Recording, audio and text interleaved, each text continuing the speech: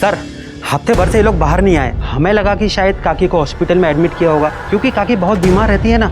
और केतन भाऊ का फ़ोन भी नहीं लग रहा था। और सर इधर के लोग बोल रहे थे कि बहुत बांस मार रहा है, इसलिए हमने आपको बुलाया। बड़े दरवाज़ा खोलो।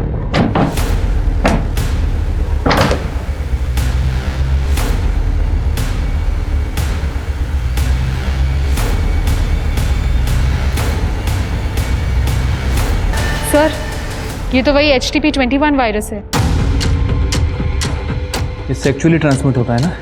जी सर। सर माँ बेटे थे दोनों, ऐसा कैसा पॉसिबल है? एक 90 साल की महिला और उनके 65 साल के बेटे की उसी HTP-21 वायरस से। इस वायरस के चलते हुए अब तक 30 मौतें दर्ज हो चुकी हैं, लेकिन अब तक डॉक्टर्स पता नहीं लगा पाए ये वायरस आउटब्रेक कैसे हुआ और इसे कैसे रोका जाए। इंसान को एक सामाजिक प्राणी माना गया है। हम सब समाज का एक अभिन्न अंग है। समाज हमारी सुरक्षा करता है और हम समाज की।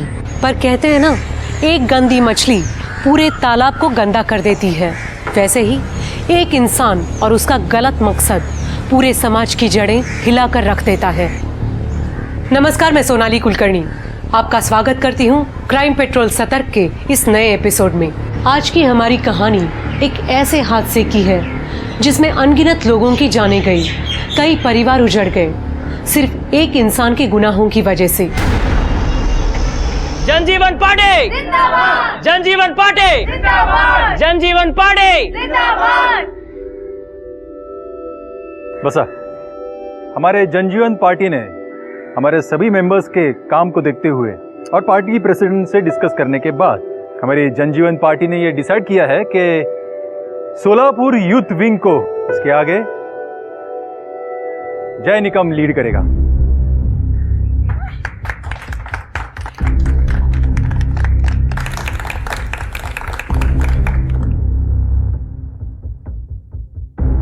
थैंक यू दादा। अपने नाम की तरह पार्टी का भी हर जगह जय जयकार होना चाहिए। बिल्कुल दादा, देखना कैसे सोलापुर के सारे वोट्स मैं अपनी तरफ कन्वर्ट कराता हूँ। ये हुई ना बात। जनजीवन पार्टी जिंदाबाद! जनजीवन पार्टी जिंदाबाद! जनजीवन पार्टी जिंदाबाद!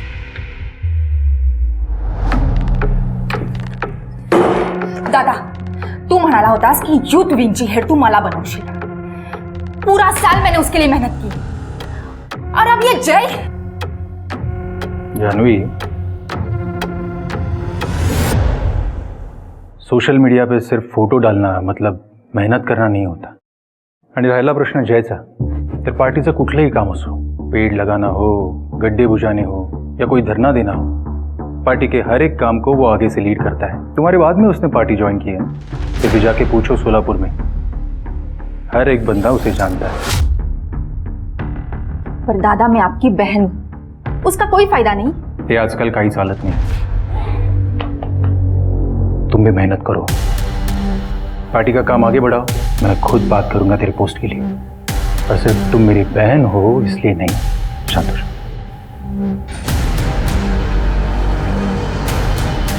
इस जय की इमेज तो अब मैं खराब करूंगी।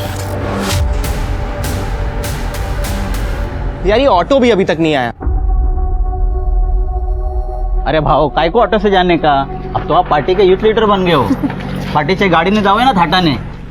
बाबू, पब्लिक के बीच रहकर ही पब्लिक की प्रॉब्लम के बारे में समझता है। अपन जन सेवक आए और आज की सेवा ये शहर के गड्ढे चेक करना।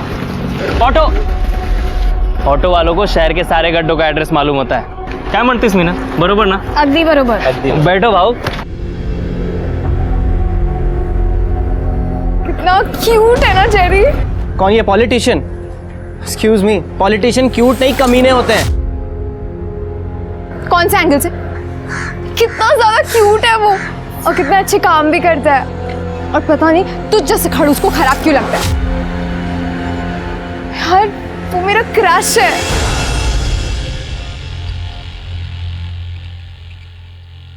आई काय करतेस?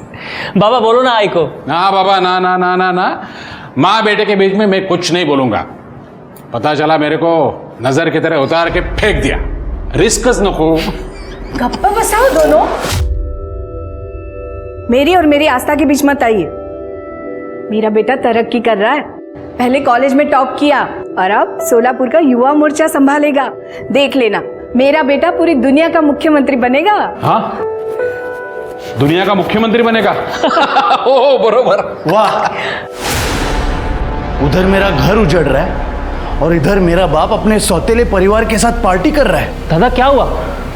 घर उजड़ रहा है मुझे? आइए अंदर बैठ के बात नहीं है, कोई जरूरत नहीं है। इसकी बीवी प्रीति ने मुझे फोन करके सब कुछ बता दिया है। ये कुछ काम धंधा करता नहीं है, बस यहाँ वहां मुंह मारता रहता है। प्रीति तलाक लेने वाली है। अच्छा है, मुक्त हो जाएगी। कैसा बाप है रे तू? खुद तो 2-2 शादियां की और मेरा एक घर बसने नहीं दे रहा है। चेतन, तेरी मां गुजर गई थी इसलिए मैंने दूसरी शादी की है। और तू क्या करता है? तेरी बीवी जिंदा है फिर भी? शी, प्रीतीने मला सगळं सांगितलंय। तू पुन्हा काम सोडलंस ना? प्रीति के साथ हूं मैं। ये नौबत मुझ पर नहीं आती अगर तू अपना बाप का फर्ज निभाता तो। मुझे बिजनेस से आउट कर दिया और इस सौतेले को सर पर बिठा के रखा है। इसको तो मैं मेरे बेटे की तरफ देखना भी मत। क्या कर लेगी तू? दिखाता हूं मैं तुझे।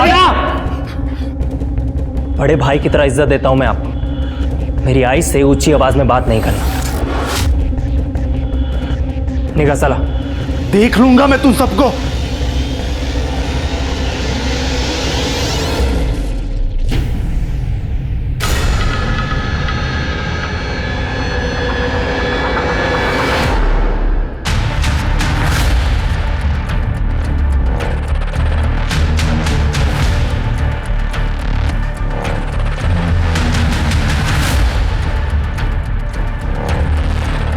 जी कहिए। एक कंप्लेंट लिखवानी है। काट दिया, खून भी बंद नहीं होगा। निकल तू यहाँ से, निकल निकल तो यहाँ से, निकल। अगली बार दिखा ना तो जान से मार दो। निकल यहाँ से। जय की बहुत जय जयकार हो रही है ना, अब बदनामी भी होगी।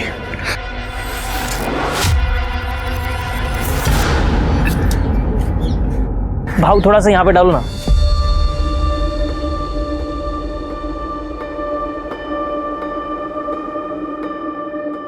अरे इतना भी क्या अच्छा लगता है तुमको? अच्छा लगता है तो लगता है। हमारी यूनिवर्सिटी के टॉपर मिस्टर जय निकम, आज आपने शहर का आखिरी गड्ढा भर दिया है। तो आज आपको कैसा लग रहा है और इसके आगे की क्या क्या प्लानिंग है, जरा आप हमें बताएं।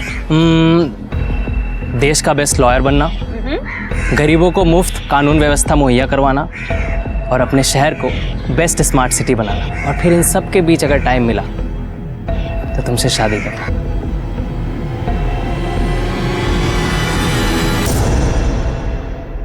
Will you marry me, Meenal Pawar? Mister जय निकम, सच में? ले, तेरा क्रश पहले से ही बुक्ड है। यस। हैप्पी? चले अब।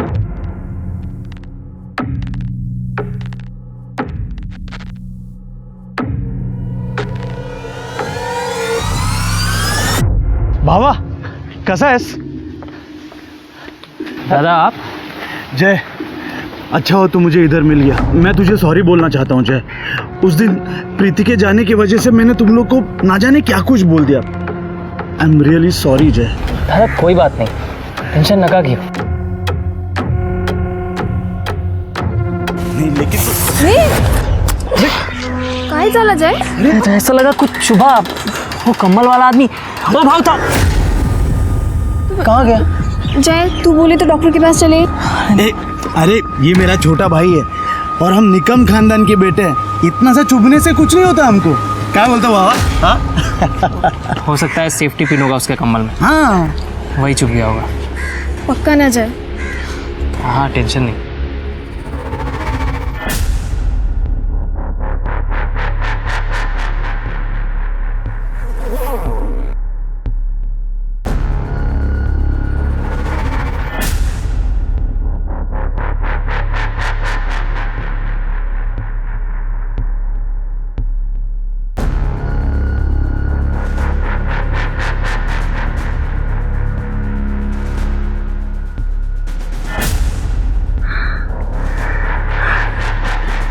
बस अब और बर्दाश्त नहीं होता। बस कुछ दिन और।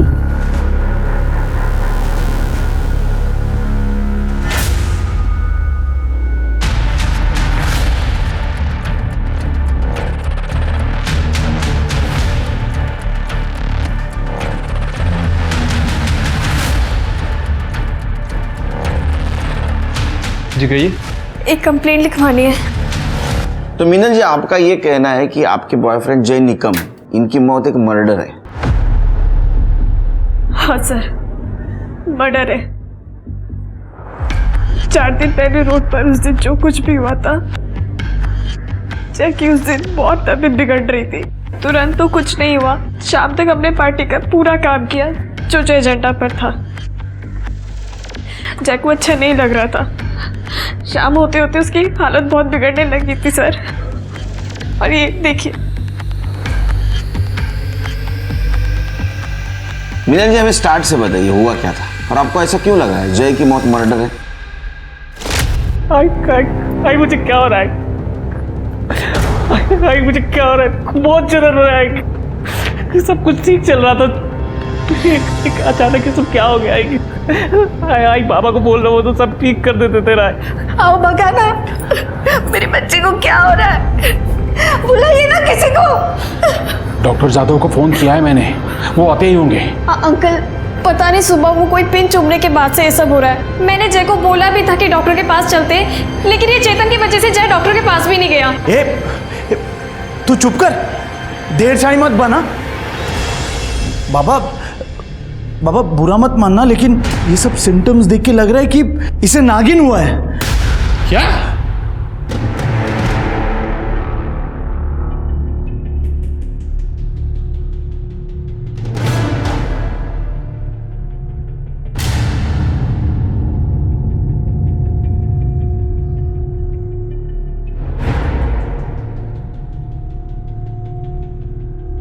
हे नाग देवता, मेरे बेटे की मदद करो, रक्षा करो। आंटी, आपको यहाँ खड़े 1 घंटा हो गया है, आप समझ क्यों नहीं रही हैं? इस बीमारी का नाम नागिन है, लेकिन इसका नाक से कोई लेना देना नहीं है। आंटी, जय को ट्रीटमेंट की जरूरत है। चुप करो तो, आजकल के बच्चों को कुछ नहीं पता। नागिन का श्राप होता है ये श्राप। हाथ जोड़ो और प्रार्थना करो मेरे बेटे के लिए। डॉक्टर ने बोला जय का ब्लड टेस्ट करते हैं। ब्लड टेस्ट की जब रिपोर्ट आई तब पता लगा उसमें एक अजीब किस्म का वायरस है। डॉक्टर ने बोला था कि ये सिम्टम्स नागिन जैसे हैं, पर ये कुछ और है। और फिर डॉक्टर ने कहा कि अब दूसरे ब्लड टेस्ट करते हैं। फैमिली और पार्टी वालों की इज्जत बचाने के लिए जय को हॉस्पिटल में एडमिट नहीं किया गया। काका, अभी डॉक्टर तो कुछ बोल नहीं रहे, शायद उन्हें और टाइम चाहिए। लेकिन अभी तो उन्हें यही लग रहा है कि ये कुछ सेक्सुअली ट्रांसमिटेड बीमारी है। अहो, आमचा जय तसा नाही आहे तसा तो। चला ना, जय को हॉस्पिटल लेके जाते हैं। काकू, चलो ना। काकू, देखिए, आप तो जानते हैं अगर ये बात बाहर आ गई तो हमारी पार्टी की बहुत बदनामी होगी और हमारे घर की भी। बिल्कुल। देखिए, इसलिए मैं चाहता हूँ कि जय का जो भी इलाज करना है वो यहाँ हो, अपने घर में। तो जय के सौतेले भाई चेतन और जानवी पर आपको शक है? जी सर, क्योंकि सर जय को जिस दिन वो सुई चुभी थी चेतन भाव वहीं पर ही थे। और सर जब जय की डेथ हुई थी तो चेतन भाव ने 2-3 घंटे में जय का डेथ सर्टिफिकेट भी जुगाड़ लिया था, वो भी योगेश भाव के नाम पर। सर मैं चाह रही थी कि जय का पोस्टमार्टम हो, लेकिन चेतन भाव ने किसी को पूछा तक नहीं। तो आपके पार्टी के हेड योगेश भाव, उन्होंने चेतन को रोकने की कोशिश नहीं की? सर योगेश भाव पार्टी के काम से मुंबई गए हुए थे, हमने उन्हें कांटेक्ट किया, वो तुरंत वापस आए। और जब वो वापस आए तो उन्होंने क्रियाक्रम रोकने की भी कोशिश की, पर तब तक क्रियाक्रम हो चुका था और जय की बॉडी जल चुकी थी। लेकिन जय को ये बीमारी भी तो हो सकती है। नहीं सर, डॉक्टर को इस बीमारी के बारे में ज़्यादा समझ नहीं आया, पर उन्होंने ये ज़रूर कहा था कि ये सेक्सुअली ट्रांसमिटेड डिजीज़ है। और सर यही वजह है कि मुझे जय का मर्डर लग रहा है, क्योंकि सर जय ऐसा था ही नहीं। जय ऐक ना, हो आज मेरे घर पे कोई नहीं है। तो दरवाजा अच्छे से लॉक करके सोना। जय प्लीज आज मेरे घर पे रुक जाओ ना। बघ मीनल, मैं ना बहुत ओल्ड फैशन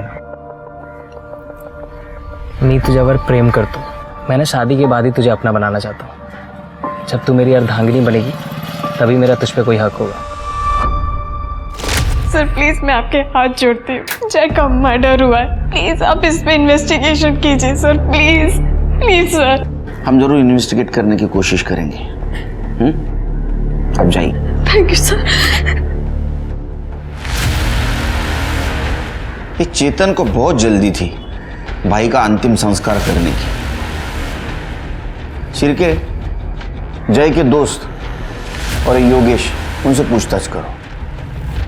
और सबसे इंपॉर्टेंट वो कंबल वाला, उसने ऐसा क्या चुभाया कि जय की मौत हो गई।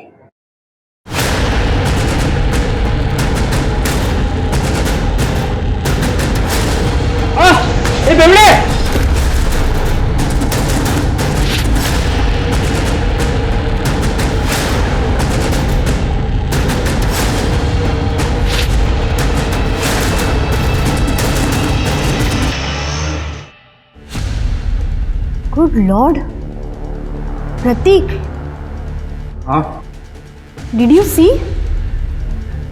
देखो सारी रिपोर्ट पॉजिटिव है। ऐसा लग रहा है सारा शहर अनसेफ सेक्स कर रहा। व्हाट? ये कोई नई किस्म की बीमारी लग रही है। लगता है हमें रिपोर्ट करना चाहिए। Shut up.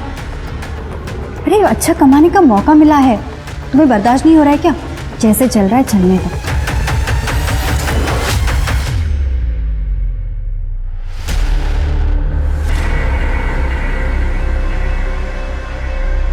इतना फीवर कैसे हो गया तुझे? बारिश में भीगी थी क्या? नहीं मॉम, पता नहीं क्यों मुझे बैक में बहुत ज़्यादा ईचिंग हो रही है। Let me check.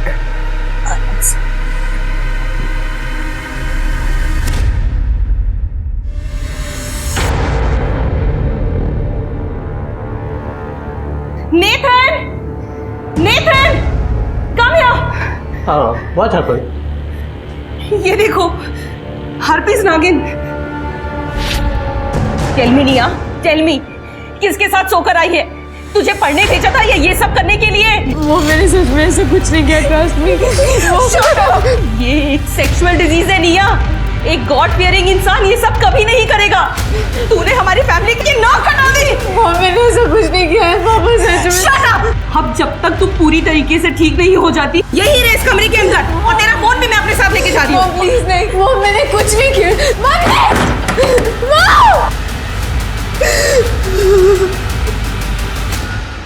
सर हमें तो होश ही नहीं था जय के जाने के बाद।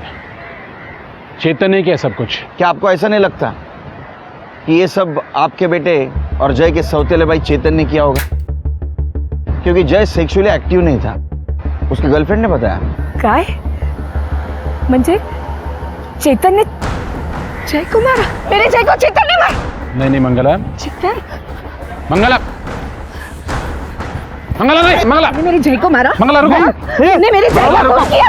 मैं ये मार डालूंगी। छोड़ो। छोड़ोगे नहीं। आप लेके जाइए, लेके जाइए। सर क्या बेवकूफ औरत है ये? उसका बेटा मरा है जिसको तुमने घाई घाई में जला दिया। सर मैंने उसको जलाया क्योंकि उसके गंदे धंधों का कोई सबूत ना रहे। हम इज्जतदार लोग हैं सर, और अगर किसी को पता चलता कि उसको नागिन हुआ है, सब बर्बाद हो जाते, और मेरे बाबा का बिजनेस भी, और उस बिजनेस में मेरा भी हिस्सा है। डॉक्टर का नाम क्या है? डॉक्टर जाधव। सर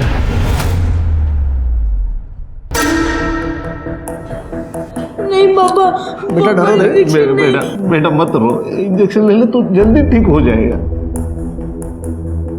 डॉक्टर साहब, मेरा बेटा ठीक नहीं होगा क्या? आपने जो दवाइयाँ बोली थी वो भी दे दी, खूब महंगा है तो औषध है। बाबूराव, ये HSV है, ये कभी ठीक नहीं होता। ऊपर से तेरा बच्चा प्रीमेच्योर पैदा हुआ था और बहुत कमजोर है, इसलिए बार बार बीमार हो जाता है। इसका मतलब इस बीमारी का कोई इलाज नहीं? नहीं। डॉक्टर साहब जी, हम लोग कावेरी नगर पुलिस स्टेशन से आए हैं। जय निकम की मौत की इन्वेस्टिगेशन कर रहे हैं। आपसे कुछ बात करनी थी। ओके, आइए ना। बेटा रो मत, सब ठीक हो जाएगा। Good boy. हाँ डॉक्टर साहब। जय को HSV वायरस ही लग रहा था। मैंने उसका ब्लड टेस्ट करने को बोला था, पर उसका रिपोर्ट आने से पहले ही। डॉक्टर साहब, दरअसल ये बीमारी होती कैसे है? यंगस्टर्स जो काफ़ी एक्टिव रहते हैं सेक्सुअली, खासकर अपने मल्टीपल पार्टनर्स के साथ, उनमें ये काफ़ी कॉमन है। पर जय के केस में ऐसा लग तो नहीं रहा था कि उसको ऐसी बीमारी हो सकती है, क्योंकि पहले दिन वो इतना सीवियर नहीं था। उसकी तबीयत एकदम अचानक लास्ट में ही बिगड़ी। पर हमें तो पता चला था कि जय सेक्सुअली एक्टिव नहीं था। हाँ, लेकिन उसके सिम्टम्स तो HSV जैसे ही लग रहे थे। डॉक्टर साहब, अब जय की बॉडी तो क्रीमेट कर दी गई है। आपके पास उसका कोई ब्लड सैंपल, कोई ब्लड टिश्यू जो हमारी हेल्प कर सके? देखिए, डोंगरे लैब में सब टेस्ट हुए थे, अब वहाँ ट्राई कर सकते हैं। आपको एक आध सैंपल मिल जाए।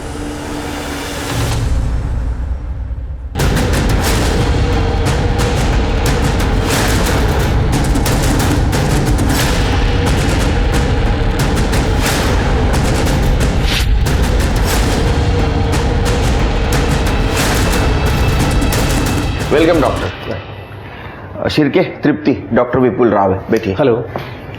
इंडिया के सबसे बेस्ट मेडिकल कॉलेज में प्रोफेसर है। इनको जय के केस के सिलसिले में यहाँ बुलाया है।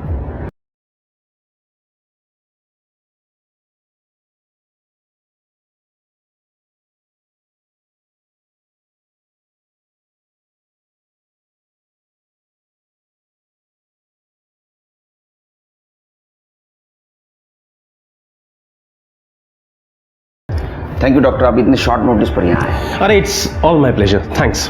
वैसे तो पूरी केस मैंने आपको बता दी है। एनी न्यू इन्फॉर्मेशन, कुछ नया है हमारे पास? हमारा मेन सस्पेक्ट चेतन निकम बहुत ही लालची इंसान है। उसको अपने फादर का बिजनेस चाहिए था। ये सब कुछ करने का उसके पास एक बहुत बड़ा मोटिव है, लेकिन उसका कोई मेडिकल बैकग्राउंड नहीं। डॉक्टर, क्या कोई आम आदमी ऐसा कुछ कर सकता है? All okay doctor? एक मिनट सर, फर्स्ट प्रायोरिटी। तृप्ति, ओके। ठीक है ना डॉक्टर साहब? हाँ सब ठीक है। देखिए, आप इस केस के बारे में मुझे थोड़ा जल्दी बताइए। हमने जय के फैमिली डॉक्टर से बात की। उनका कहना है कि उसको शायद HSV वायरल इन्फेक्शन हुआ था। अचानक से तबीयत बिगड़ गई और ये सब कुछ हुआ। डॉक्टर के लिए केस बहुत अजीब था और ये सब कुछ बहुत तेजी से हो गया। हमारे पास कोई ब्लड रिपोर्ट्स या DNA सैंपल्स हैं क्या? जी सर, मैंने डोंगरे लैब से बात की है। वो शाम को फाइल्स लेकर यहीं आ रहे हैं। शाम को? देखिए, इतनी सीरियस बात चल रही है और आप लोग इतने आराम से काम कर रहे हैं। केलकर जी, आपके पास जैसे रिपोर्ट्स आती हैं, आप सबसे पहले मुझसे कांटेक्ट करेंगे, मुझे भिजवाएंगे वो। Okay, I M clear enough? Thank you. कमाल आदमी है ये, हमसे ज्यादा तो इस डॉक्टर को गाई है। ठीक है, हम हमारा काम करते हैं। जिस एरिया में जय को सुई लगी थी, उस एरिया का CCTV फुटेज कलेक्ट करो, मिनल से क्रॉस चेक करो और उस कंबल वाले के बारे में इंफॉर्मेशन निकालो। देखो उस एरिया में किसी ने कुछ देखा क्या। आखिर जय को इस तरह कोई क्यों मारेगा? ये सच में मर्डर है या कोई नई बीमारी? जेरी, एक बात बताओ बेटा, क्या तुम्हारे और निया के बीच कुछ फिजिकल? नो आंटी, ऐसा कुछ भी नहीं है। देखो Jerry, I am telling you clearly, marriage के पहले ये सब करना मतलब सीधे हेल में जाना। आंटी ट्रस्ट मी, ऐसा कुछ भी नहीं हुआ है हमारे बीच में। और एक्चुअली निया को तो ये भी नहीं पता है that I like her. What?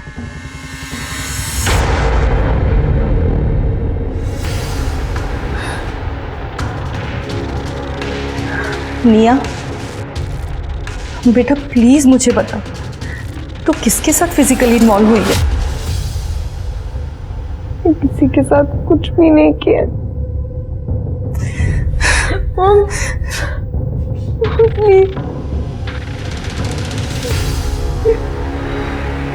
नमस्कार। बस आप बस। अरे अरे अरे अरे अरे केळकर साहेब, काय हे? यावेळी ना आपण एक परमनंट स्लॅब टाकून घेऊया। और वो आपके पार्किंग का भी काम बाकी है ना, वो भी कर लेते इस बार। अरे कदम साहब, पार्किंग नो पार्किंग सब कुछ चलता रहेगा, लेकिन इस सब के बावजूद भी हमारा काम चालू रहना चाहिए। एकदम बराबर।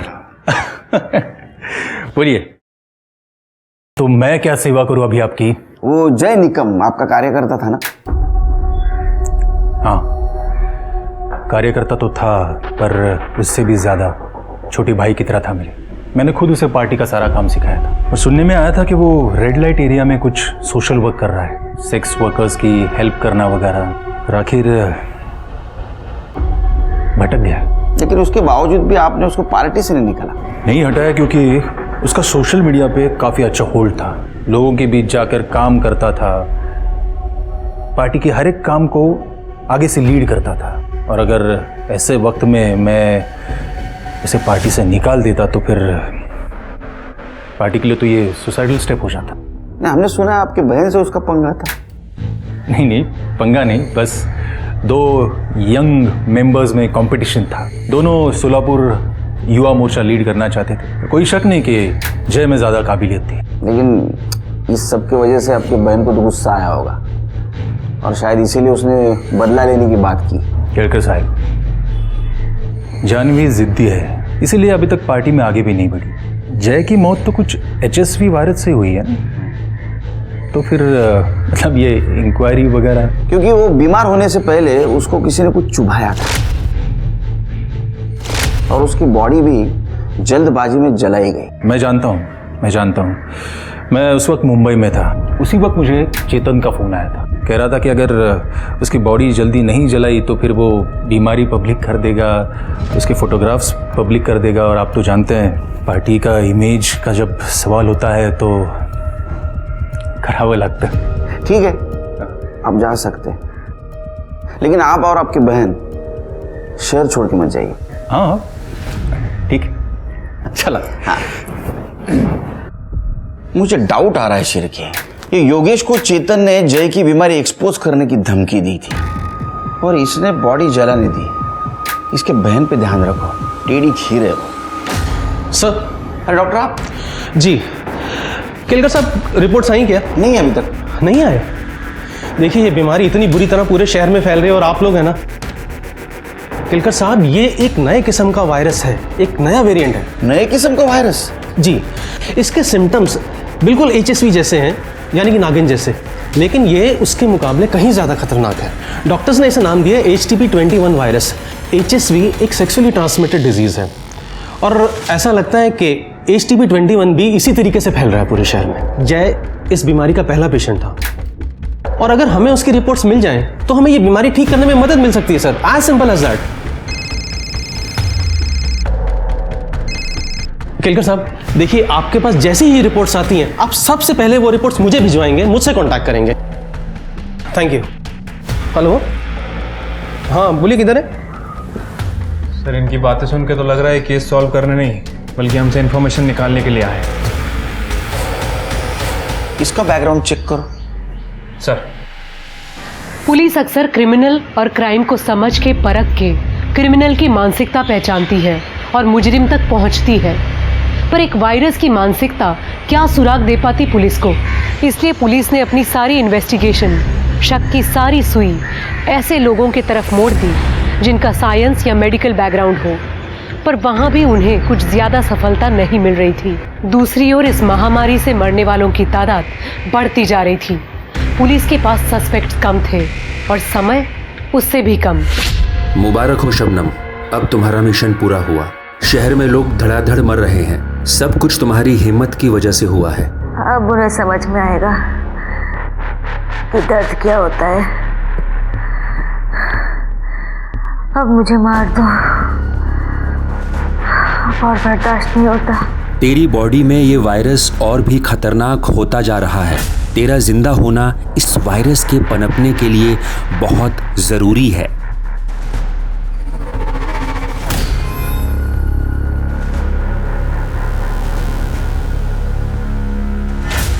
सर, ये चेतन के पीछे एक हवलदार लगाया था और उसकी मेडिकल हिस्ट्री भी चेक की। सर, चेतन ने ना तो कभी किसी मेडिकल हिस्ट्री वाले से बात की है और ना ही कभी उसके टच में रहा है।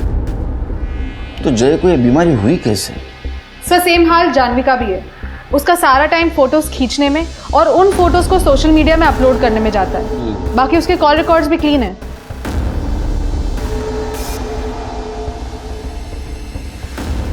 सर, अरे आपको आने में देर हो गई। सॉरी सर, वो मेरी वाइफ चाहती। जय की रिपोर्ट सर। जी दिखाइए जरा।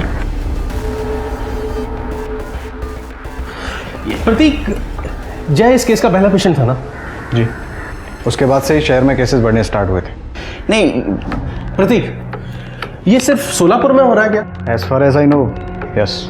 केलकर साहब, पूरे देश का मेडिकल डेटा एक्सेस करने का क्लियरेंस पुलिस वालों के पास होता है ना? विपुल जी काम डाउन, काम डाउन। आपको कंसल्टिंग के लिए यहाँ बुलाया है, इंट्रोगेट करने के लिए नहीं। Okay, I am sorry. Prateek एक बात बताओ, जय इस केस का पहला पेशेंट था।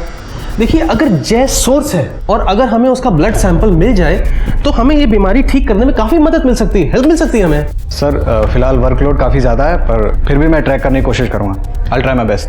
देखिए, आप मेडिकल फील्ड से हो, अगर फिर से कुछ जरूरत पड़ी तो मैं बुला लूंगा आपको। Sure sir. Okay sir, fine. Thank you sir. Okay.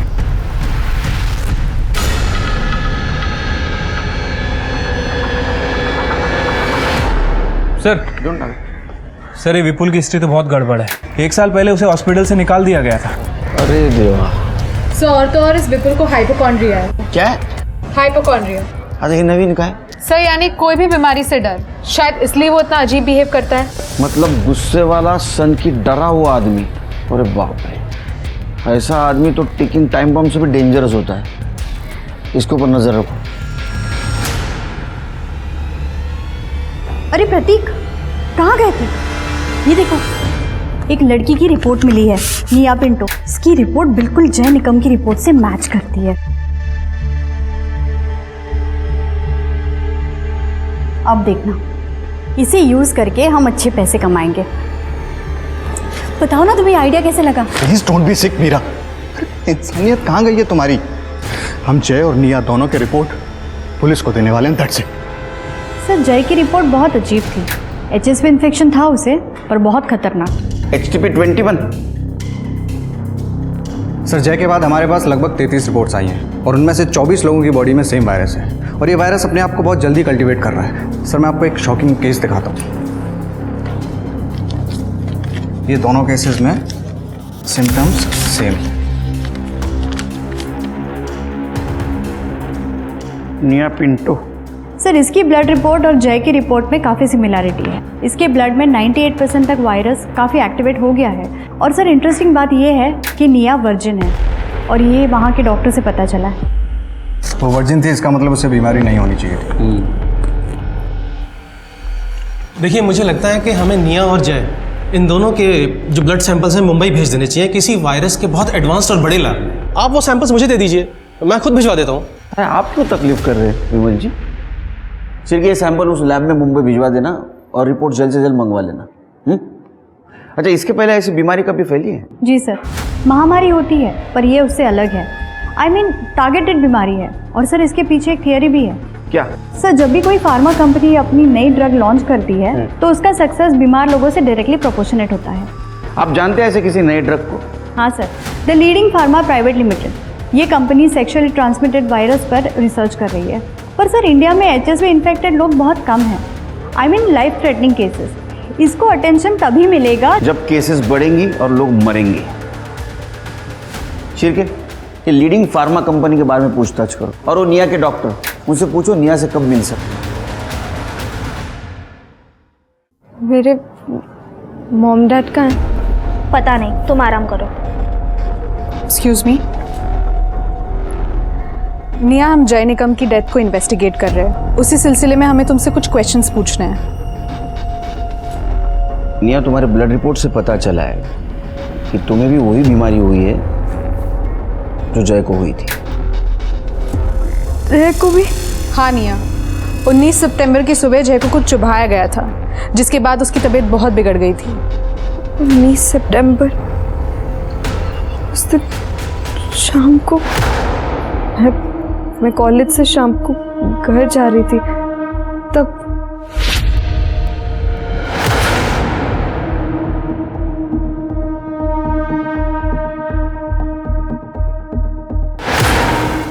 निया, हमें आई विटनेस ने बताया वहां एक कंबल वाला था। क्या तुम उसको जानती हो? देखा था उसको? नहीं। तृप्ति, उस एरिया में सीसीटीवी का पता करो। जी सर। सर वो लीडिंग फार्मा वालों का तो हाथ नहीं लग रहा है। वो लोग HIV की दवा पे टेस्टिंग कर रहे हैं। उसके CEO से मेरी बात हुई है, उन्होंने अपना डेटा भी भेजा है।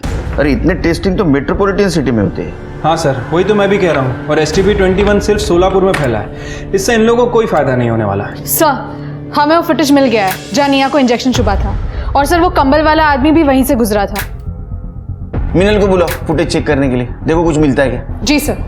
सर वैसे मैंने सभी पेशेंट्स के परिवार वालों से बात की। ये सबको STP-21 इन्फेक्शन से पहले कोई चीज़ चुभाई गई थी, और सभी ने अपने एरिया में कोई कंबल वाला आदमी देखा था।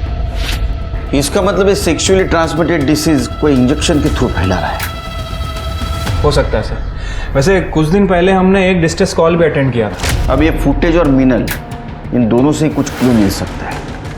सर आपने विपुल पर नज़र रखने के लिए कहा था। सर उसने अपना पूरा घर बंद कर लिया है। और एक बात सर, उसने बहुत सारा सर्जरी का सामान खरीदा है।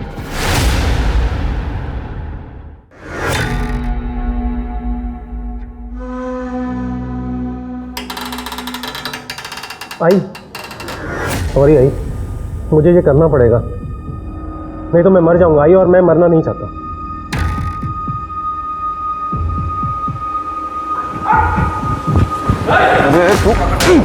क्या कर रहा है? हाँ क्या कर रहा है मूर्ख? ये मेरी माँ है, इसको भी STP-21 है। मैं सिर्फ इन्फेक्टेड स्किन निकाल रहा था, वरना वो मुझे भी हो जाएगा। दिमाग खराब है तेरा? हाँ ये लोग कंटेजियस नहीं है। अगर ऐसा होता तो पूरा शहर बीमार हो जाता, मर जाता पूरा शहर। कोई इस बीमारी को इंजेक्शन के थ्रू फैला रहा है। क्यों चला? इसको खुला छोड़ना वायरस से भी डेंजरस है। चल। नहीं सर, इसमें भी फेस विजिबल नहीं है उसका।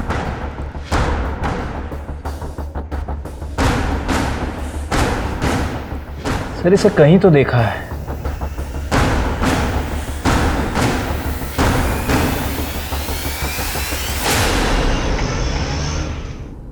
जैन सर, जैन, इस वायरस की वजह से शहर में 32 लोगों की मौत हुई है। अगर यही हाल रहा ना तो सारे हॉस्पिटल भर जाएंगे, एक आदमी जिंदा नहीं रहेगा शहर में। सर मुझे लग रहा है कि इसके पीछे उस कंबल वाले का ही हाथ है। तो ढूंढो उसे शीर के।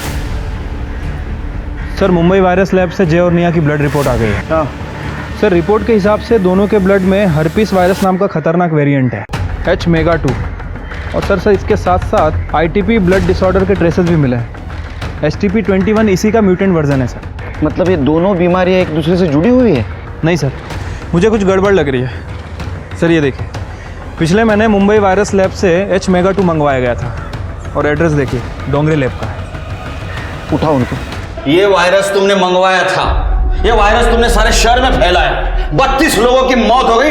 मर्डर का केस ठोकूंगा, नाटक बंद करो। नहीं सर, वो सर हम मानते हैं कि हम अपनी पर्सनल स्टडीज के लिए ये सब सैंपल मंगवाते थे, लेकिन सर ये हमने नहीं मंगवाया। ये क्या है? ये तुम्हारा लेटर हेड, तुमने रिक्वेस्ट की थी ना मुंबई लैबोरेटरीज को वायरस के लिए। ये तुम्हारा सर्टिफिकेट, ये तुम्हारा लाइसेंस, ये क्या सब फेक है?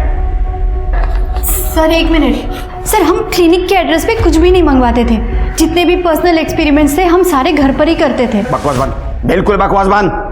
हमारे पास जितने भी सस्पेक्ट है सबसे पूछताछ हो गई, उसमें से तुम ही ऐसे सस्पेक्ट हो जिसको वायरस के बारे में मालूमात थी। सर इस रिपोर्ट में एक खास बात है, ITP डिसीज।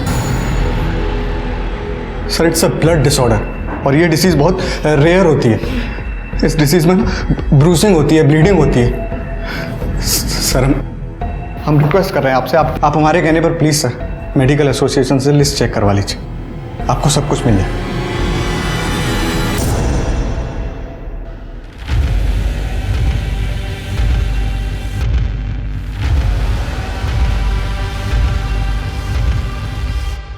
सर मैंने सारे ITP पेशेंट्स को चेक किया। जय का कनेक्शन सिर्फ एक ही पेशेंट से मिला है, उसका नाम है शबनम, जो रेड लाइट एरिया में रहती है। और सर ये शबनम 2 सितंबर से गायब है। क्यों, क्या हुआ? सर चेतन और शबनम का झगड़ा हुआ था, जिसके बाद शबनम ने चेतन को बेइज्जत करके घर से निकाल दिया था। तो चेतन ने अफवाह फैला दी कि शबनम को नागिन की बीमारी है। उसके बाद शबनम का धंधा बंद हो गया। उसको बीमारी थी? No sir. शबनम को रेयर आईटीपी बीमारी थी ना, तो उसकी दवा या बिल ऐसा कुछ अपने हाथ लगाए? हाँ सर, हमें दवाई मिली थी। उस दवाई को हमने फॉरेंसिक में भेजा है। सर ये दवाई का नाम है ITP 650 mg। बहुत ही महंगी और रेयर दवाई है। एक काम करो, शबनम की CDR निकालो और सोलापुर में ये दवा कौन कौन खरीदता है ये पता करो। अगर शबनम जिंदा है तो उसको दवा जरूर लगेगी। जी सर। सर मैंने शबनम के कॉल डेटा रिकॉर्ड्स चेक किए। 2 तारीख को उसकी खोली उसकी लास्ट लोकेशन थी, उसके बाद उसका फ़ोन बंद था। और सर मैंने शबनम की दवाइयाँ भी चेक की, जैसा कि आपने कहा था। अगर ये शबनम वाकई जिंदा है तो कोई ना कोई इसे दवाई ज़रूर दे रहा सर। वैसे सोलापुर इंडस्ट्रियल कंपाउंड के पास एक मिल है सर, जो कई दिनों से बंद पड़ी है, और वहाँ पे एक मेडिकल स्टोर है। वहाँ रिसेंटली STP 21 की दवाई खरीदी गई है, लेकिन कमाल की बात यह है कि उस एरिया में इसका एक भी पेशेंट नहीं। सुनसान जगह बंद पड़ी मिल।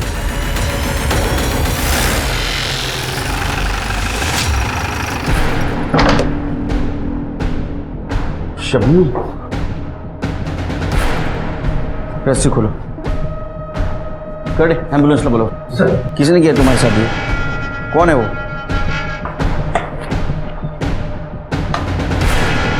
सर ये डस्टबिन में से PPE किट, इंजेक्शन और ग्लव्स मिले। फॉरेंसिक के लिए भेज दो। Yes sir. शिरके, ये अफवाह चेतन ने फैलाई थी ना, उठाओ उसको। पहले शबनम के बारे में अफवाह फैलाई क्योंकि उसने तेरे को घर से धक्के मार के निकाल दिया था, और बाद में ये सारी बीमारी तूने शहर में फैलाई। सर वो एक सेक्स वर्कर एक इज्जतदार आदमी को ऐसे भगा दे, बुरा नहीं लगेगा क्या? सेक्स वर्कर को इज्जत नहीं, और उसके पास जाने वाले मर्द को बहुत इज्जत है। हाँ, उसको बदनाम करके तेरा पेट नहीं भरा इसलिए तूने उसको किडनैप किया, अपने भाई का मर्डर कर दिया। नहीं सर। ये कौन है? पहचाना?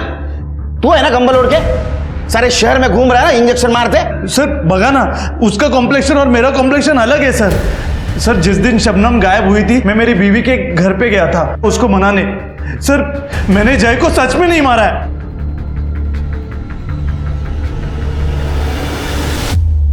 सर मुझे याद आ गया, मैंने इस आदमी को कहाँ देखा है। सर जादव की क्लिनिक में। पापा दर्द हो रहा है।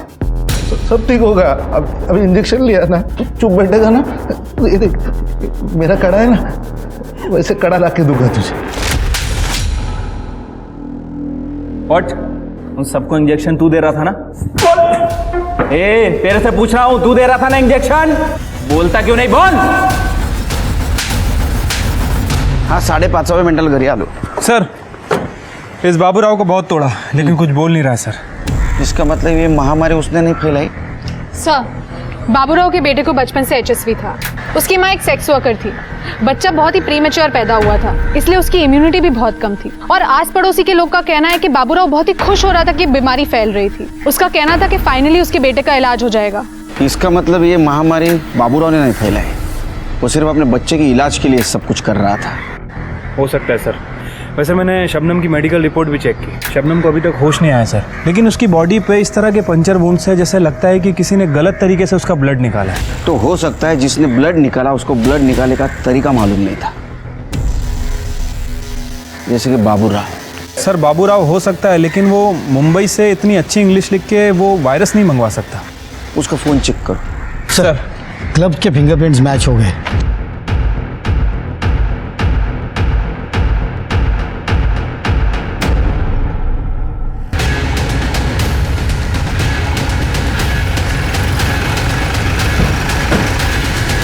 नमस्कार केळकर साहब। अरे केळकर साहब काय चाललंय है? क्यों उठाए मुझे? तेरे से बात तो बाद में करेंगे, तेरी चमड़े उधेड़ूंगा पहले। वैसे तो 3rd डिग्री भी बहुत कम है तेरे लिए। हाथ नहीं लगाना। शबनम को होश आया और उसने सब कबूल किया। तेरा और उसका प्लान था ना ये, तेरे फिंगरप्रिंट भी मैच हुए और बाबूराव ने कबूल किया है। ये HTP 21 वायरस बाबूराव इंजेक्ट करता था ना,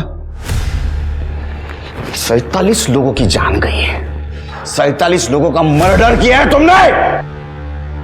हाँ किया है मैंने मर्डर, पर मारना सिर्फ एक को चाहता था मैं, उस जय को। मेरे पीछे आके मेरी पोजीशन ले रहा था। आज तक पार्टी ने कभी मुझे टिकट नहीं दिया। मेरे एरिया में अगर उसे टिकट दे दी थी पार्टी तो मेरी इज्जत तो, इसलिए बदला लेना चाहता था मैं। उसी वक्त इस शबनम के बीमारी के बारे में मुझे पता चला। शबनम, रो क्यों रही हो? कुछ प्रॉब्लम है? साहब आप कितने अच्छे हैं। और वो चेतन, उसने हमारा धंधा बंद करवा दिया। बोलता कि मुझे नागिन है। अब कोई ग्राहक भी नहीं है मेरे पास, कोई नहीं आता मेरे करीब। निकम भाइयों ने तो मेरे भी नाक में दम करके रखा है। मेरा बस चले तो मैं ऐसे हर मर्द को नागिन की बीमारी दे दूं, तब इन्हें पता चलेगा कि इज्जत उतारना किसे कहते हैं। मैंने रिसर्च किया तब मुझे पता चला इस बीमारी का डेडली वेरिएंट मुंबई में है। तभी मैंने मेरे स्वीपर बाबूराव को डोंगरे लैबोरेटरी में काम पे लगा दिया। मैं जानता था उसके बेटे को वही बीमारी है। मैंने उससे कहा कि ये बीमारी अगर लोगों में फैलेगी ना तो गवर्नमेंट इस पे दवा निकालेगी, तेरे बेटे का फ्री इलाज हो सकता है। फिर क्या, बाबूराव हर एक बात मानने लगा मेरी। उस डोंगरे लैबोरेटरी से सर्टिफिकेट, लाइसेंस, डिग्री सब कुछ चुरा के उसने मुझे दे दिया। मुंबई से वो डेडली वेरिएंट मैंने एक्सपेरिमेंट के नाम पे इस डोंगरे लैब के एड्रेस पे मंगवा लिया, जो उस स्वीपर बाबूराव ने मुझे दे दिया। मैं जानता था अगर मेरा काम नहीं हुआ तो ये वायरस मुझे फिर लगेगा, क्योंकि मैंने पढ़ा था इस वायरस को स्टोर करने का सबसे अच्छा तरीका ह्यूमन बॉडी होती है। बस इसीलिए मैंने उस वायरस को शबनम के बॉडी में इंजेक्ट कर दिया, जहां से वो और डेडली हो गया। फिर क्या, बाबूराव ने उस वायरस को जय के बॉडी में इंजेक्ट कर दिया। उसी दिन जय ने ब्लड डोनेट किया। मैं जानता था इस बात का मुझे पॉलिटिकल एडवांटेज भी मिलेगा। इस बात को लेके मैं गवर्नमेंट को घेर सकता हूं। फांसी से कम सजा नहीं होगी, ये तो मैं देखूंगा। कुछ नहीं कर पाओगे तुम, बाहर आ जाऊंगा मैं। योगेश, शबनम और बाबूराव किसी वायरस से कम नहीं लगते। याद रखिए, इंसान है तो उसकी इज्जत है। जब इंसान ही नहीं बचेगा तो इज्जत, पावर, कुर्सी का फायदा क्या। अब मैं सोनाली कुलकर्णी आपसे इजाजत लेती हूँ। क्राइम पेट्रोल सतर्क के साथ मेरा ये सफर फिलहाल यहीं तक का था। अभी कुछ समय के लिए मैं एक ब्रेक ले रही हूँ। मैं अपने क्राइम पेट्रोल की टीम का और दर्शकों का तहे दिल से शुक्रिया अदा करना चाहती हूँ आपके प्यार और साथ के लिए। कल से क्राइम पेट्रोल सतर्क का एक नया अध्याय शुरू हो रहा है, जिसमें अनेकों हैरतंगेज जुर्म की कहानियां आपके सामने लाई जाएंगी, जो आपको चौंकाएंगी और आपको चौंकना भी करेंगी। तो देखते रहिए क्राइम पेट्रोल सतर्क, रात 10 बजे सिर्फ सोनी टीवी पर। अपना और अपनों का ख्याल रखिए और कोविड और क्राइम से डट कर लड़िए। जय हिंद। बहुत जल्दी पहुंचेंगे।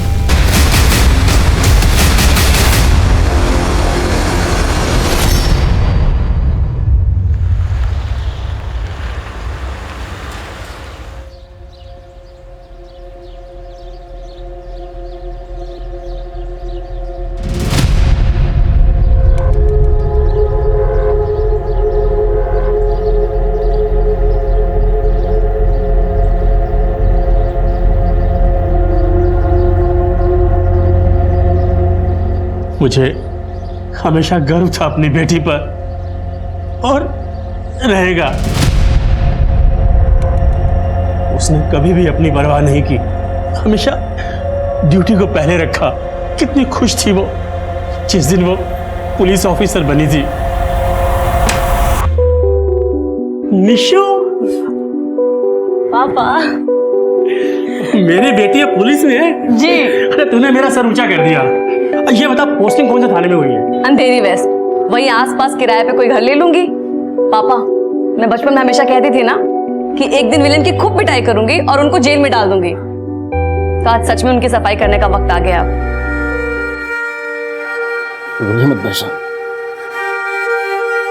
जिसने भी ये किया है ना, वो बचना नहीं चाहिए।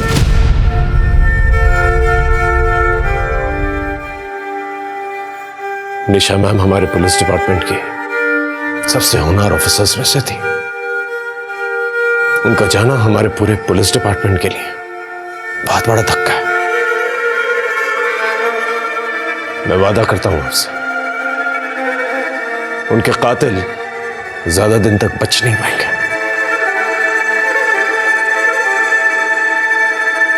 नमस्कार दोस्तों, मैं हूं मनोज बाजपेयी। सच्ची कहानी लेकर मैं क्राइम पेट्रोल के इस एपिसोड पे आया हूं। वैसे तो पुलिस कंट्रोल रूम की डायल 100 लाइन पर दिन में काफ़ी कॉल्स आते हैं और हर तरह के अपराध रिपोर्ट किए जाते हैं, जैसे कि चोरियां, किडनैपिंग्स, मर्डर्स और बहुत कुछ।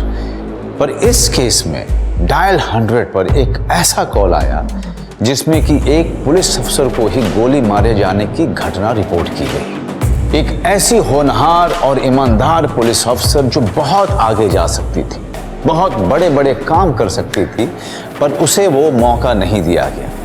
उसे बड़ी ही बेरहमी से मार दिया गया। ये केस अपने आप में एक ऐसी पहेली थी जो शायद सुनने में किसी फिल्म की कहानी लगती होगी, और उसका सच राज बनकर कहीं छुपा हुआ था, एक इंसान के दिमाग में।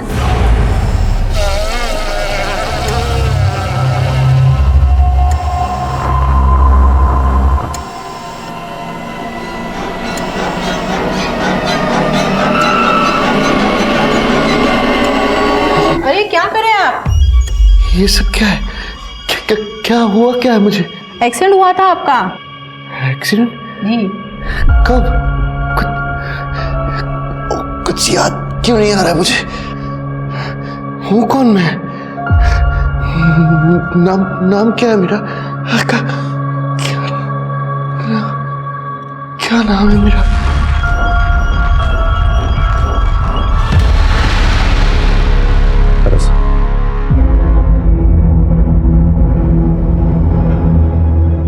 सर, मैंने डॉक्टर से बात की है।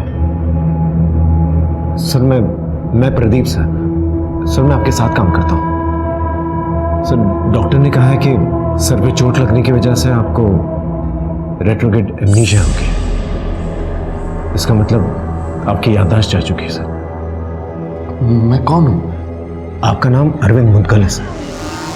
आप एक पुलिस इंस्पेक्टर हैं। डॉक्टर ने कहा है कि चिंता करने की बात नहीं है, धीरे धीरे आपकी याददाश्त वापस आ जाएगी। लेकिन सर, हमारे पास ज्यादा वक्त नहीं है सर। हमें एक खूनी को ढूंढना है। मैं आपको शुरुआत से बताता हूं सर। कुछ दिन पहले पुलिस हेडक्वार्टर्स में डायल 100 पर एक फोन कॉल आया था। हेलो, पुलिस कंट्रोल रूम, मैं आपकी क्या सेवा कर सकती हूँ? मेरे सामने वाले घर में जोर से आवाज आई है, लगता है गोली चलने की आवाज है। जी, एड्रेस लिखाइए। अंधेरी waste mobile unit, Sampurna society से इमरजेंसी कॉल है। हाउस नंबर 33 से गोली चलने की आवाज आई है। ये तो निशा का घर है। गाड़ी भगा।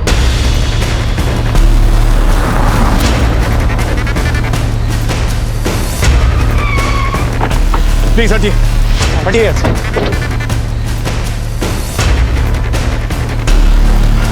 निशा, निशा, निशा, आर यू ओके? चलो। निशा, क्राउड को हटाओ और एम्बुलेंस फास्ट। आप लोग हटिए पीछे, प्लीज प्लीज प्लीज पीछे हटिए, हटिए। हमें अपना काम करने दीजिए प्लीज। आप लोग जाइए, चलिए नीचे चलिए। हेलो, हाँ, संपूर्ण सोसाइटी, हाउस नंबर 33, वहां पर एम्बुलेंस भेज। और उसी एक्सीडेंट की वजह से आपकी याददाश्त चली गई। आप और निशा मैम बहुत अच्छे दोस्त हैं, बहुत पुराने दोस्त हैं, पुलिस अकेडमी से। इनफैक्ट अकेडमी के बाद आप लोगों की पोस्टिंग एक ही साथ एक ही जगह पर हुई। दिन रात ड्यूटी करते हैं और ये चाय भी ढंग की नहीं मिलती। अब सर, टपरी की चाय से और क्या उम्मीद करते हैं? एक्चुअली ये देखो, इसे कहते हैं असली दोस्त। जब भी चाय की जरूरत होती है, अचानक कहीं से प्रकट हो जाती है, पता है? अरे भाई, इसके हाथ की चाय की बात ही कुछ अलग है। चाय के चक्कर में क्या क्या नहीं किया है इसने। जैसे कि ट्रेनिंग एकेडमी के मेसों में बहुत ही बकवास चाय मिलती थी, तो ये मेरे हाथ की चाय पीने के लिए गर्ल्स हॉस्टल आता था और एक दिन पकड़ा गया। ग्राउंड के 20 चक्कर लगाए थे इसने। सर, क्या क्या करते थे चाय के लिए आप? एम्बुलेंस में जो पैरामेडिक था उसने मुझे बताया कि हो सकता है उस खूनी के बारे में कुछ कह रही हो। प्लीज सर, याद करने की कोशिश कीजिए, ये बहुत ही इंपॉर्टेंट इंफॉर्मेशन है सर।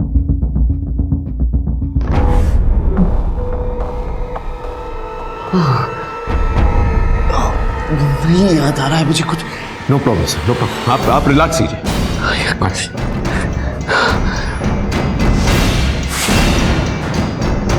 सर, एक रिक्वेस्ट है सर, मैं चाहता हूँ आप इस केस में मेरा साथ दें। मैंने डॉक्टर से इजाज़त ले ली है सर। आई एम श्योर इस केस की डिटेल स्टडी करते करते आपकी याददाश्त वापस आ जाएगी। सर, जिस तरह से एक इंसान साइकिल चलाना कभी नहीं भूलता, उसी तरह से एक पुलिस ऑफिसर अपनी ट्रेनिंग कभी नहीं भूलता सर। हमें निशा नाम के खूनी को ढूंढना होगा।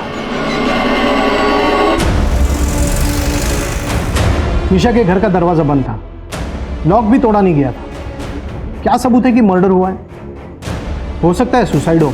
सर निशा मैम के घर में किसी के शू प्रिंट्स मिले और हम सब जानते हैं कि निशा मैम ऐसी नहीं थी जो सुसाइड कमिट करे। सर एक रिक्वेस्ट है, मैं चाहता हूँ ये केस मैं हैंडल करूँ और मैं ये चाहता हूँ कि अरविंद सर मेरा साथ दें। लेकिन इससे तो कुछ भी याद नहीं है। लेकिन ठीक है, अगर तुम कहते हो कि ये आइडिया काम कर सकता है तो मैं तुम्हें एक चांस देता हूँ।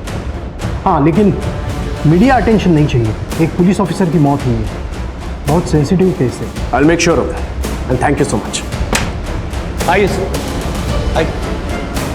सर एम्बुलेंस जाने के बाद मैंने क्राइम सीन को अच्छी तरह से स्टडी किया। ये है वो शू प्रिंट्स और सर ये है निशा मैम की पर्सनल गन जिसमें उन पर फायर किया गया था। सर यहां पर मैम की सर्विस गन रखी हुई थी और सर मैंने बाथरूम चेक किया था, बाथरूम गीला था। इसका मतलब जब मैम पे फायर किया गया था वो नहाकर निकली थी, उनके बाल भी गीले थे, मैंने नोटिस किया। सर मुझे लगता है जब मैम नहा रही थी उस वक्त कातिल जो है घर के अंदर दाखिल हुआ था, क्योंकि लॉक टूटा हुआ नहीं था। इसका मतलब उसने डुप्लीकेट की का इस्तेमाल किया होगा। सर कातिल ने ग्लव्स पहने हुए होंगे क्योंकि मैम की पर्सनल गन पे मैम ही के फिंगरप्रिंट्स हैं।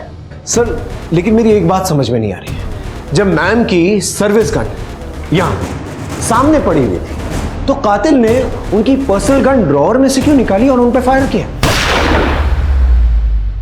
सर्विस गन तो सामने थी, उससे फायर क्यों नहीं किया? इस सवाल का जवाब मुझे नहीं मिला सर।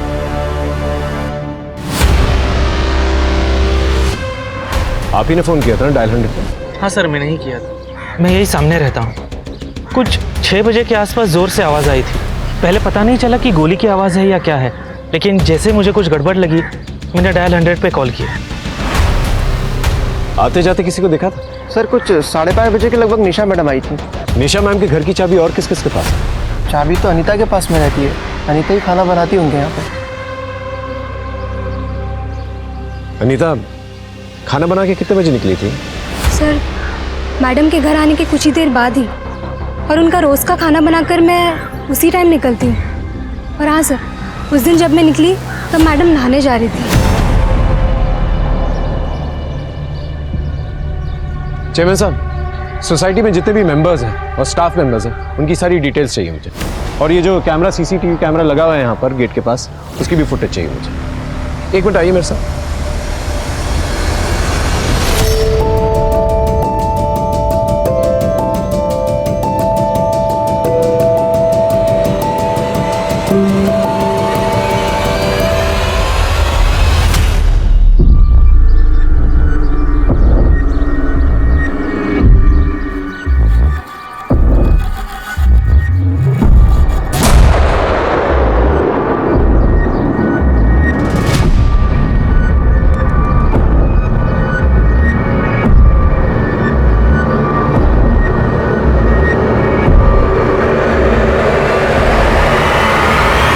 बोला था मैडम को कि ऐसे ईमानदार पुलिस ऑफिसर ज्यादा दिन टिकते नहीं।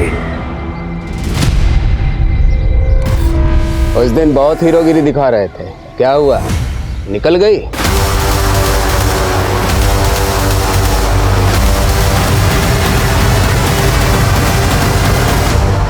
सर क्या हुआ सर? सर हाँ क्या हुआ सर? वो आदमी मैं पहचानता हूँ उसे। इसका मुझसे और निशा के साथ झगड़ा हुआ था। कौन आदमी सर? अरे वो गया ना अभी मोटरसाइकिल पे। अब मुझे कुछ याद आ रहा है यार। नाम नाम याद दिया। It's okay, relax. हाँ बोलो। निशा मैडम के पिछले 3 महीने की कॉल रिकॉर्ड निकाली गई। सर एक नंबर पर कई बार कॉल हुई है, फिर अचानक कुछ हफ्ते पहले से बात होना बंद हो गई। सर किसी विनोद मिश्रा नाम के वकील का नंबर है। ठीक है, उसका एड्रेस मुझे भेज दो।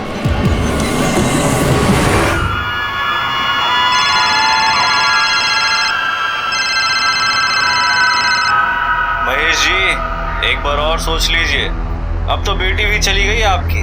अपने भविष्य का सोचिए और सही फैसला कीजिए। साइन कर दीजिए पेपर पर। उन्हीं का फोन था ये? कोर्ट के किसी केस में निशा और मेरी मुलाकात हुई थी और हमारे बीच कुछ महीनों से रिश्ता भी था, पर मैंने कुछ हफ्ते पहले रिश्ता तोड़ दिया। वो क्या है कि एक पुलिस ऑफिसर के साथ मुझे अपना फ्यूचर नजर नहीं आ रहा था। दिन रात ड्यूटी पे रहती थी वो। रिश्ता तोड़ने के बावजूद आपके फोन से उनके फोन पर मिस कॉल्स आते जाते रहे, ऐसा क्यों? उसके लिए मेरी सहानुभूति थी, चिंता भी थी, इसलिए मैंने उसको कई बार फोन किए पर उसने मेरा फोन नहीं उठाया। आपके पास निशा मैम के घर की डुप्लीकेट चाबी तो होगी? नहीं, चाबी नहीं है मेरे पास उसकी।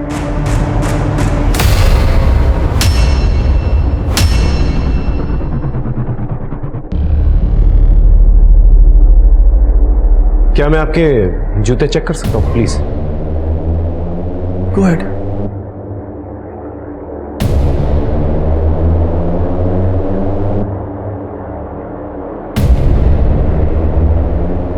निशा आपके बारे में बहुत बात करती थी। अच्छे दोस्त थे ना आप?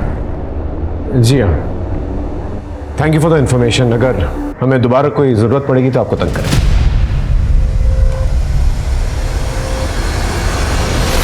सर, इसके बारे में पता करना पड़ेगा कि जिस वक्त निशा मैम का मर्डर हुआ था ये क्या कर रहा था और कहाँ था।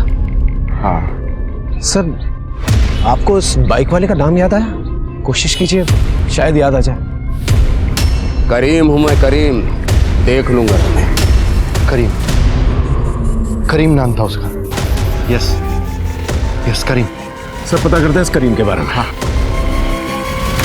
सर, ये करीम लाल मटका चला था। निशा मैम ने कुछ महीनों पहले इसके यहाँ पर रेड डाली थी, सारा काम धंधा इसका चौपट करवा दिया। गुस्सा तो आया होगा इसे सर। और सर, ये काफी डेंजरस आदमी है। धंधा बंद करवाएगी मेरा? हैं? धंधा बंद करवाएगी? अब देख तेरे साथ में क्या करता हूं। जानती है मुझको? नहीं जानती? तेरे जैसे ईमानदार ऑफिसर में ज्यादा दिन टिकते नहीं, समझी? धमकी देगा साले को। ज्यादा हीरो बनता है ना, तुझे भी देख लूंगा। और तू तो गई। ये उठा के लेके आए सर? उठाओ। निशा मैम को धमकी दी थी ना तूने? मर्डर किया ना उनका तूने? धमकी दी थी, लेकिन क्या प्रूफ है कि मैंने मारा? प्रूफ तो हमें मिल ही जाएगा। उस दिन जब निशा मैम का मर्डर हुआ कहाँ था तू? दारू के अड्डे पे जाके पूछ लो। तेरे पंटर लोग होंगे वहीं कहीं।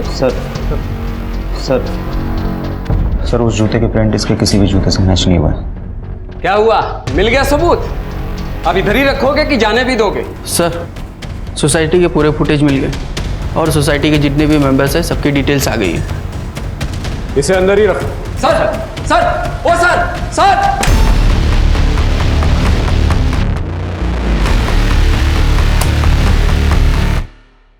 सर, निशा मैम जो है 5:30 बजे पहुंचे और उसके ठीक 15 मिनट के बाद अनीता वहां से निकली। सर अब देखते हैं इन 20 मिनट में कौन आया और कौन गया।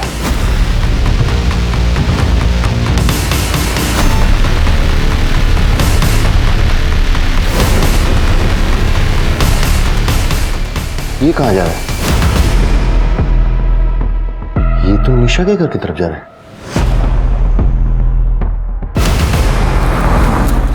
झूठ क्यों बोला था तूने? जब गोली चली थी तो यहां गेट पर नहीं था, काफी देर तक गायब था तू। कहां था? क्या कर रहा था? बोल। जूते उतार, निकाल जूते, निकाल।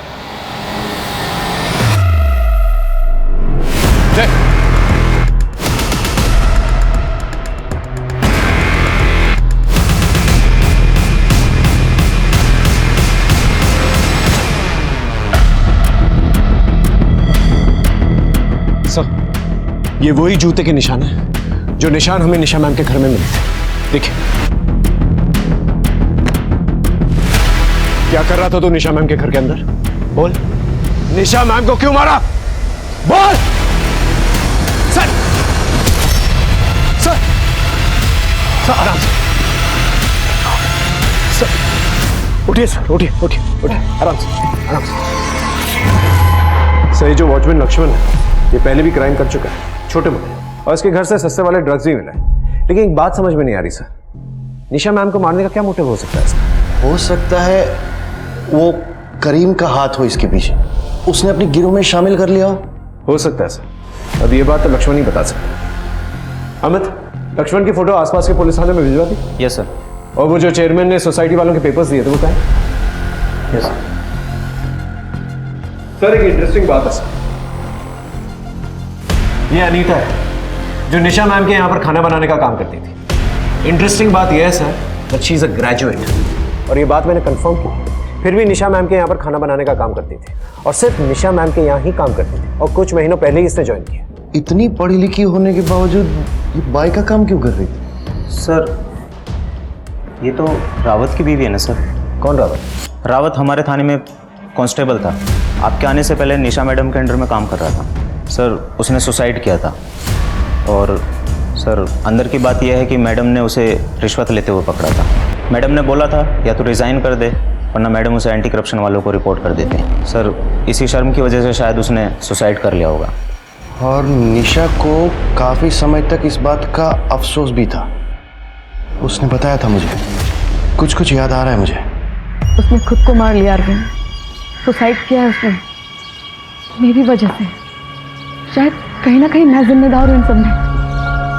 ऐसा मत सोचो निशा, इसमें तुम्हारी कोई गलती नहीं। सर ऐसा भी हो सकता है कि अनीता ने अपने पति की मौत का जिम्मेदार निशा मैम को ठहराया। सर मोटिव बनता है सर। अनीता 5:45 बजे सोसाइटी से बाहर गई, गोली उसके बाद चली। सर ये भी तो हो सकता है कि पड़ोसी जयेश ने गलत टाइमिंग बताई। कुछ 6 बजे के आसपास जोर से आवाज आई थी। सर एक बार अनीता से पूछताछ करते हैं। हाँ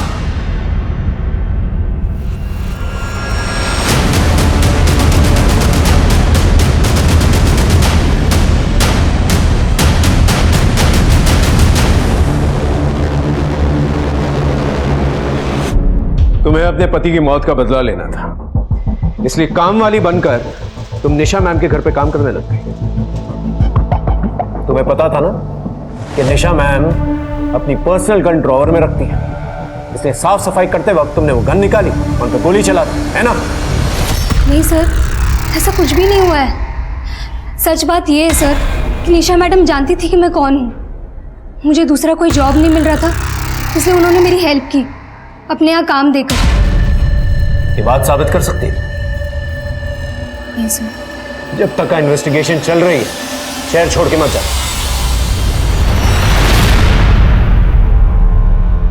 उन पेपर्स पर साइन कर दीजिए ना भैया, बेच दीजिए उस प्रॉपर्टी को। निशा कह रही थी कि वो बिल्डर सही नहीं है, उसी का कहने पर मना किया है। हाँ लेकिन अब निशा नहीं रही भैया, और वो बिल्डर के लोग खतरनाक मालूम लग रहे हैं, वो कुछ भी कर सकते हैं। उन्होंने उस प्रोजेक्ट के आसपास की सारी जमीन को खरीद लिया है, बस सिर्फ आपकी जमीन बाकी है। सौदा बुरा नहीं है। केस घूम रहा था, सस्पेक्ट्स बढ़ रहे थे। ऐसे पेचीदा केसेस में पुलिस पर प्रेशर भी बढ़ता जाता है, और ये तो पहले ही सेंसिटिव केस था, एक पुलिस अफसर का खून जो हुआ था। पर अब तक किसी को ये नहीं पता था कि आगे जाकर और क्या क्या परतें खुलने वाली हैं, ऐसी परतें जिनसे ये केस और भी ज्यादा सेंसिटिव होने वाला था।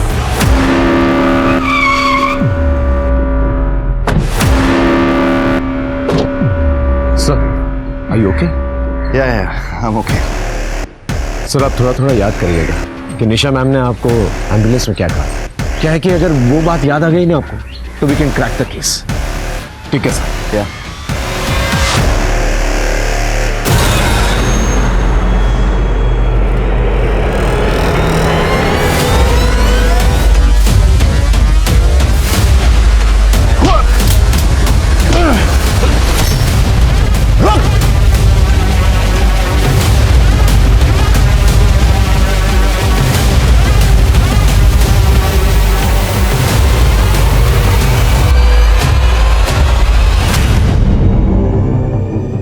बोल, किसने भेजा है तुझे? क्या नाम है तेरा? बोल बोल।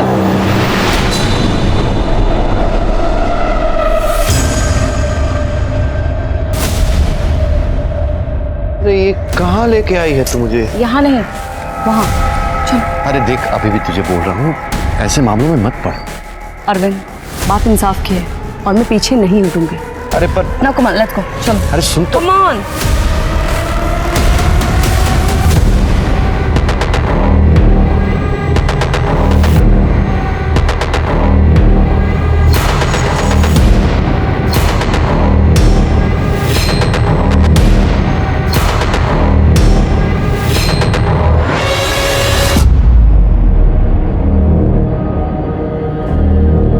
हाँ प्रदीप, मुझे कुछ याद आया है। ये जो सामने घर दिख रहा है ना, वहां पे लाई थी वो मुझे। चला चला, यही लाई थी वो मुझे। किसी से मिलाना चाहती थी वो मुझे।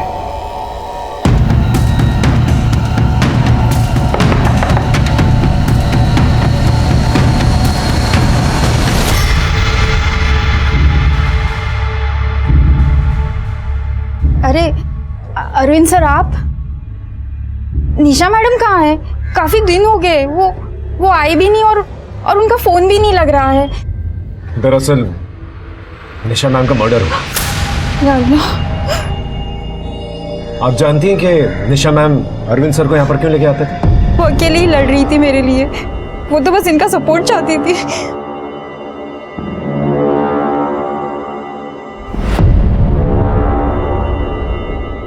तुम्हारे लिए लड़ रही थी? मतलब? आकाश चावला बहुत ही बड़ा बिजनेसमैन है, काफी पहुंच भी है उसकी।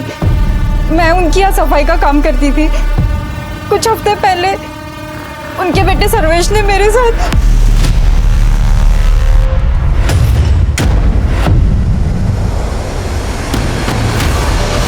फिर क्या हुआ? मैंने कंप्लेंट लिखवाई थी उनके खिलाफ। निशा मैडम भी थी वहां पे। उन्होंने मुझे भरोसा दिलाया था कि वो सर्वेश को किसी भी कीमत पे सजा जरूर दिलवाएगी। उन्होंने कुछ दिनों के लिए ये कमरा दिलवाया था मुझे, ताकि वो लोग मुझ तक ना पहुंच पाए। वो कुछ भी कर सकते हैं। कहीं उन्होंने ही निशा मैडम को तो। और निशा मैडम ने मुझे एक और बात बताई थी। उनके हाथ कोई चीज लगी है, कोई ऐसा सबूत जिसके बलबूते पे वो मुझे इंसाफ दिलवा सकती थी। शायद कोई रिकॉर्डिंग थी, पर वो रिकॉर्डिंग क्या थी ये नहीं बताया था मुझे। आपने एफआईआर कौन सी डेट पे लिखवाई थी? सर, ये रही वो एफआईआर जो फातिमा ने दर्ज करवाई थी। अब इस केस में एक नया एंगल आ गया है सर। ये एफआईआर दर्ज करने के बाद निशा मैम ने सर्वेश चावला को हवालात में बंद कर दिया था। बहुत गुरूर है ना तुझे अपने पैसे पे? हाँ, एक मासूम लड़की का रेप किया तूने। पूरी जिंदगी सड़ेगा इसी जेल में। लेकिन अगले ही दिन जो है चावला के वकील ने उसे बेल पर निकाल लिया था। ये आकाश चावला काफी पावरफुल आदमी है सर। लेकिन निशा के पास जो रिकॉर्डिंग थी वो किस चीज की थी? हम निशा मैम के कंप्यूटर को चेक करते हैं, उनके ईमेल्स को चेक करते हैं, शायद वहां से कुछ पता चल जाए। Good idea sir. Watchman Lakshman का पता चला है, पास के किसी एरिया में छुपा है।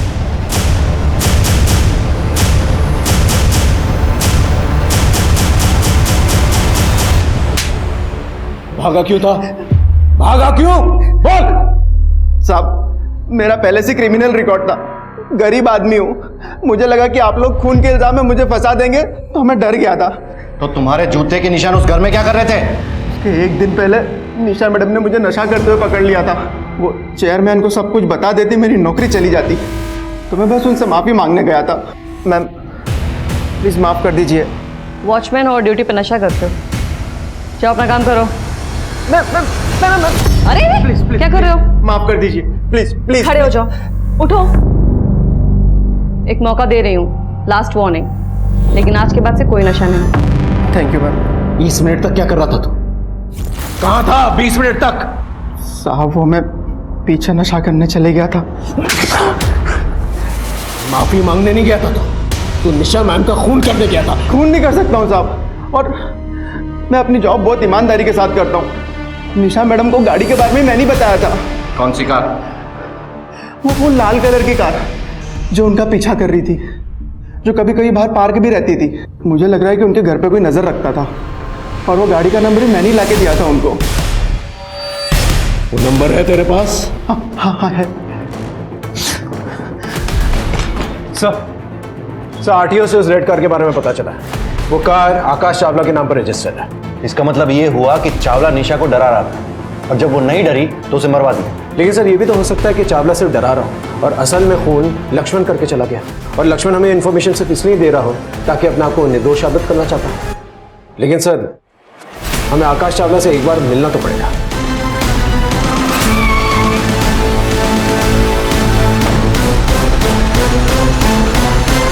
एक पुलिस ऑफिसर का पीछा करना, उसमें नजर रखना, उसे धमकी देना, और क्या क्या करवाया मिस्टर चावला?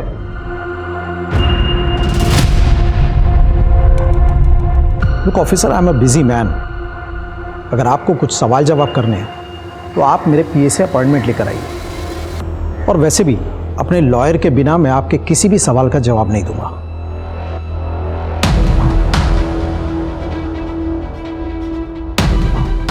सर बहुत ही घमंडी आदमी है सर ये। एक बार वो रिकॉर्डिंग मिल जाए ना, सब कुछ साफ हो जाएगा। मैं पता करता हूँ सर। हाँ, निशा मैम के कंप्यूटर से फाइल्स मिली? सर आईटी वाला डाटा निकाल ले उनके अकाउंट से, थोड़ा टाइम लगेगा। सर अभी भी पता कर रहे हैं।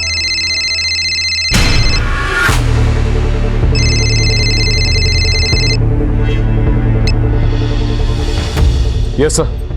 दिमाग खराब हुआ है तुम लोगों का?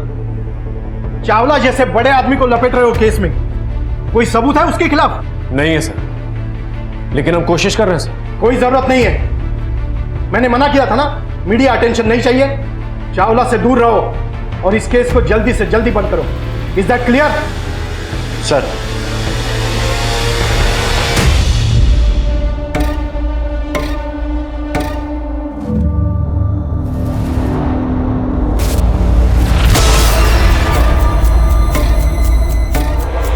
ठीक किया भैया आपने। जमीन रख के क्या करते जब बेटी ही नहीं रही।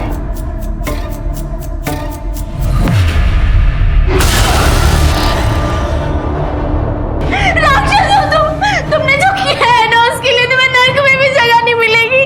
बात सुन मेरी, ये सब तेरी वजह से हुआ है। तू जिम्मेदार है इसकी, और इसकी खबर अगर किसी को भी हो गई ना तो तुझे भी जान से मार दूंगा मैं।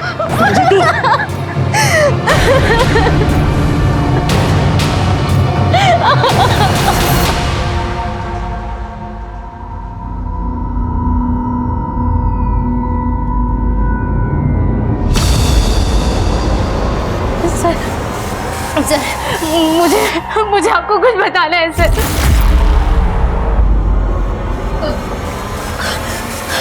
अब बताइए किसने किया आपके साथ ये? मेरे पति मुझे शुरू से मारते थे, लेकिन मैं ही कमजोर थी कि मैं कुछ कह नहीं पाई, और इसकी कीमत मेरी बच्ची को चुकानी पड़ी। 1000 बार बोला बोला ना तुझे, मेरी बात नहीं मानेगी ना जान से मार दूंगा मैं, समझी तू? मम्मी को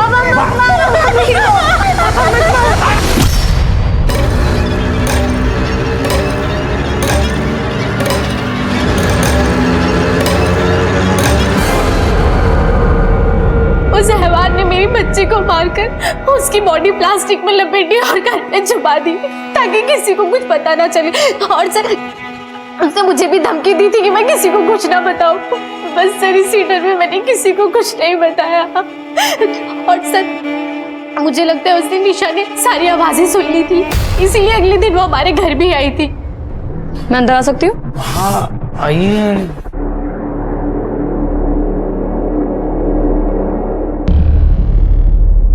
कल यहाँ से बहुत चिल्लाने की आवाज आ रही थी, सब कुछ ठीक है ना? हाँ ठीक है मैडम।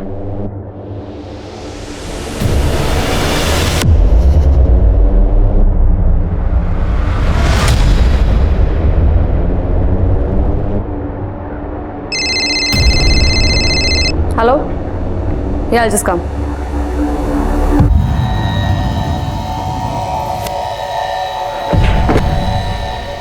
शक हो गया है उसे, वापस लौटेगी वो। लगता है मुझे कुछ तो करना पड़ेगा। मुझे लगता है कि निशा मैडम को भी मेरे पति ने ही मारा है, क्योंकि जिस दिन निशा मैडम का मर्डर हुआ था उस दिन उसने मुझे बहुत मारा था और मार मार के कमरे में बंद कर दिया। और सर मेरे बेटी की बॉडी अभी भी घर पर ही पड़ी है। सर, मैं कैसे तैसे अपनी जान बचा कर वापस आई हूँ। अपनी बेटी को इतनी बेरहमी से मारा है, इंसान नहीं हैवान है। तो जानबूझ के नहीं मारा साहब। इसकी लाश देखी है मैंने, दिल करता तुझे यहीं दफन कर दूं। निशा मैम को क्यों मारा? साहब आपको फोन तो मैंने ही किया था। अरे तो इसलिए है ताकि तुझ पर शक ना जाए। अपनी बेटी को तो तूने मारा ही है, अगर पता चल गया ना मुझे कि निशा मैम को भी तूने मारा तो लंबे के लिए जाएगा तू।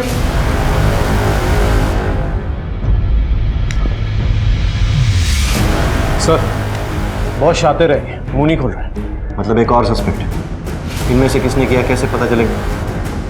फिलहाल हम उस रिकॉर्डिंग को ढूंढते हैं जिसे निशा मैम ने रिकॉर्ड किया था, जिसका जिक्र फातिमा ने किया था। कहीं उन्होंने मुझे फिर से अंदर कर दिया तो?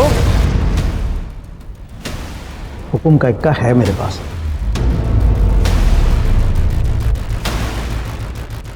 आपका रास्ता क्लियर करवा दिया है मैंने। निशा तो गई, मैंने पेपर्स पर भैया के साइन भी करवा लिए हैं, प्रॉपर्टी है आपकी।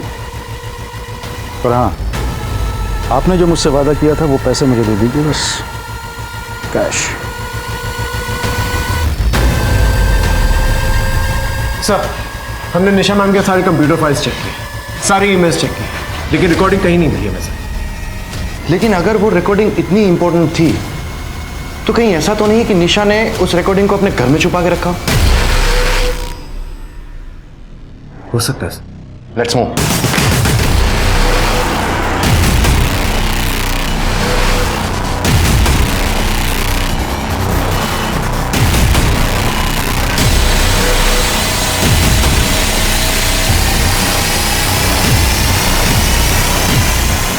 मैम ने इसी फोटो की तरफ इशारा किया था।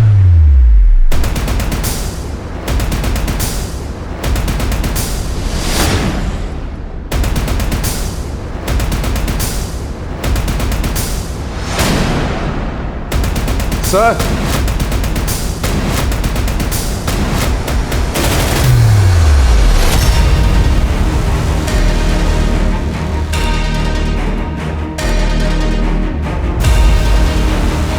यस। चिंता मत कीजिए, निशा कुछ नहीं कर पाएगी और मैं उसे कुछ करने भी नहीं दूंगा। ये मेरे बेटे की जिंदगी का सवाल है। एक छोटे से रेप के लिए वो जेल जाएगा? मैं हूं ना, आप सिर्फ अमाउंट भेज दीजिए, बाकी मैं सब संभाल लूंगा। ये क्या बकवास है? सर, बकवास नहीं है आपकी बातें चावला के साथ, जो निशा मैम ने रिकॉर्ड कर ली थी। फातिमा बहुत अच्छी लड़की है, आई ट्रस्ट हर सर। वो कभी गुड मॉर्निंग नायर साहब। मॉर्निंग। कुछ बात करनी थी आपसे, बाद में करें? You can go. Sure sir, I leave this file here sir.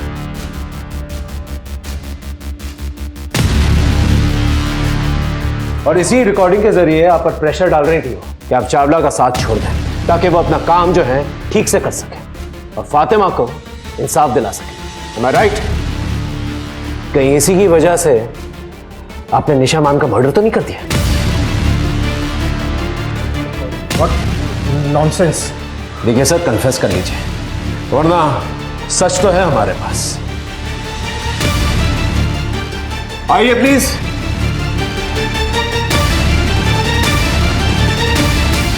Sir को लेके जाइए, बाकी टीम आपका इंतजार कर रही है। जाइए।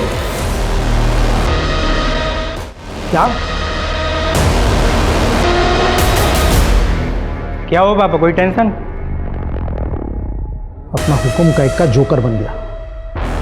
डीएसपी नायर अरेस्ट हो गया। क्या? और वो रिकॉर्डिंग, वो तुझे भी ले डूबेगी। फोन लगा लॉयर को, अब वही कोई तोड़ निकालेगा। सर, ये रिकॉर्डिंग सर्वेश चावला और डीएसपी सर की बहुत ही इंपॉर्टेंट प्रूफ है कि सर्वेश चावला ने ही फातिमा का रेप किया। हमें इसका जल्द से जल्द फायदा उठाना चाहिए और सर्वेश चावला को सीधा अंदर ले जाना चाहिए। Excuse me. हाँ विनोद, बोलो।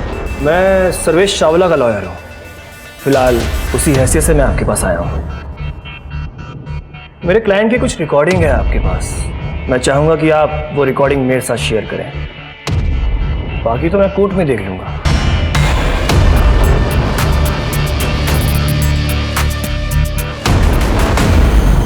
जिससे मेरा सबसे करीबी रिश्ता था, वो उस रेपिस्ट का वकील निकला, चुरा के लेके गया उसे, तो मैंने भी अपना रिश्ता खत्म कर दिया उसके साथ। सर, इस विनोद ने हमसे झूठ क्यों कहा था कि पहले रिश्ता निशा मैम के साथ इसने तोड़ा है? और तो और ये दुश्मन का लॉयर है। सर, कहीं ऐसा तो नहीं कि निशा मैम का खून इसने किया? क्योंकि निशा मैम के घर में घुसना इसके लिए बहुत ही आसान था, और अब तो मोटिव भी दिख रहा है। लगता है सर एक और सस्पेक्ट जुड़ गया है इस केस से।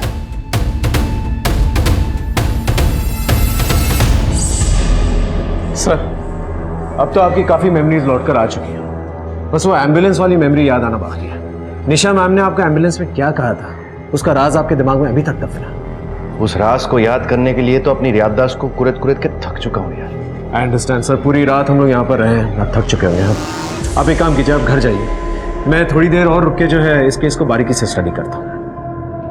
अरविंद पर प्रेशर बढ़ रहा था उस रात हुई घटना को याद करने का। विक्टिम निशा उसकी अपनी दोस्त थी, और उस रात मरने से पहले निशा ने अरविंद के कान में जो कुछ भी कहा था, उसी में शायद इस केस को सुलझाने का रास्ता था। पर वो चाहकर भी निशा को इंसाफ नहीं दिला पा रहा था। अपनी खोई हुई याददाश्त की वजह से अरविंद अब अंदर ही अंदर गिल्ट महसूस करने लगा था।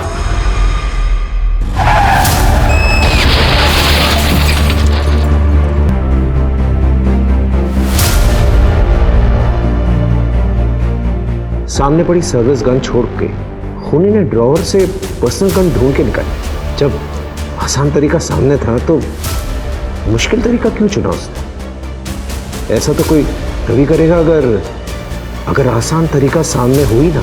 घर आके मैम ने गन को इस साइड टेबल पे रखा, पर खूनी को इसकी जरूरत इसलिए नहीं पड़ी क्योंकि तब तक घर में रखी हुई गन वो ऑलरेडी उठा चुका था। इसका मतलब खूनी पहले से घर में मौजूद था।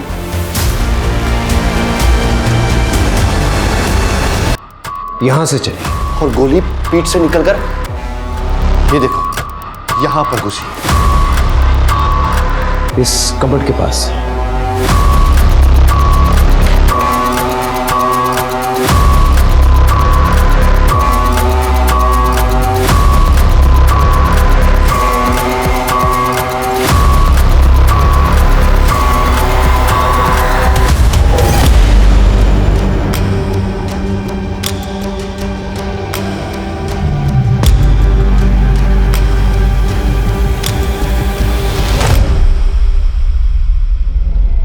इसका मतलब कातिल घर के अंदर था भी और नहीं भी।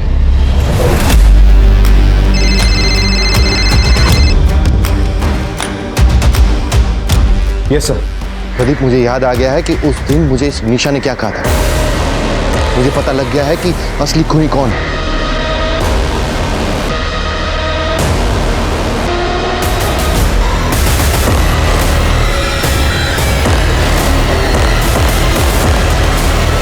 मुझे याद आ गया है कि उस दिन एम्बुलेंस में निशा ने मेरे कान में क्या कहा था।